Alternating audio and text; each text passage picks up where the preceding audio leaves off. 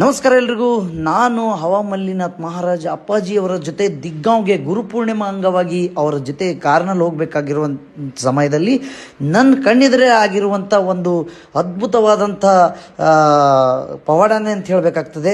ಏನಾಗಿದೆ ಅಂತ ಬನ್ನಿ ನೋಡ್ಕೊಂಡು ಬರೋಣ. ನಿಮ್ದು ಜಿಲ್ಲೆ उस्मानाबाद धाराशिव ಏನಾಗಿತ್ತು? ತಾಲೂಕಾ ತುಳಜಾಪುರ ಜಿಲ್ಲಾ ಧಾರಾಶಿವ್ ನಾವು ನಿಲೆಗಾಂವದಿಂದಿದ್ದೆವು. ನಾವು ಹೊಂಟಿದ್ದೇವು ನೋಡ್ಲಿಕ್ಕೆ ನಮ್ದು ಅವ್ವನ್ ಒಂದ್ ತಿಂಗಳೈತೆ ಆವಾಜೇ ಬರ್ಲಿ. ಅದ ಮುತ್ತೆ ಅಚಾನಕ್ ದರ್ಶನ ತಗೊಂಡ್ ಕೈ ಹಸ್ತು ಪಡ್ಲಿಕ್ಕೆ ಒಂದ್ 2 ಮಿನಿಟ್ದಾಗೆ ಆವಾಜ್ ಬಂದದ್. ನಾವು ಹೊಳ್ಳಿ ಮತ್ತೆ ಈಗ ಮುತ್ತೆನ್ ದರ್ಶನ ಮಾಡಕಲ್ಲ ಬಂದೇವ್ರಿ.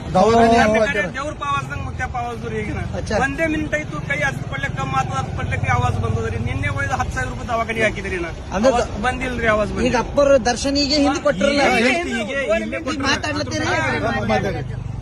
ನೀವೇ ಈಗ ಹೊಂಟದ್ ಮಾತಾಡ್ಲಕ್ಕ ನೋಡ್ತಾ ಇರ್ಬೋದು. ಯಾವ ಡಿಸ್ಟ್ರಿಕ್ಟ್ ಅಂದ್ರಿ?